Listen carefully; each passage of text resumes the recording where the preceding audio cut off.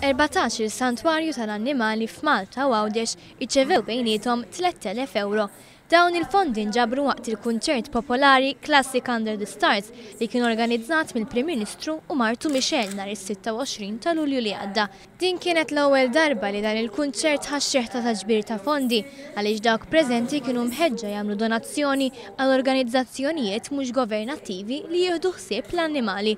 Matul iċ-ċerimonja fejn ġew ippreżentati l-flus, Mart il-Prim Ministru Michel Muscat irringrazzjat lil dawk kollha li b'xi mod jew ieħor jgħinu lill-annimali abbandonati. Hija wedet li l-Gvern ser ikun qiegħed jissokta b'inizjattivi għal ħarsien tal-annimali. Bħallum tuħu pjaċir li tara dawn in-nies li ħafna minnhom huma volontira, kollha għandhom laqda tagħhom, jagħmlu ħafna xogħol, dan kieku m'hemmx huma ikollna ħafna stray animals permezz ta' Classics Under the Stars li huwa kunċert li l-Gvern permezz tal-Orkestra Nazzjonali jagħmel għall poplu huwa event li jsir bl-aħlas għal pubbliku ġenerali.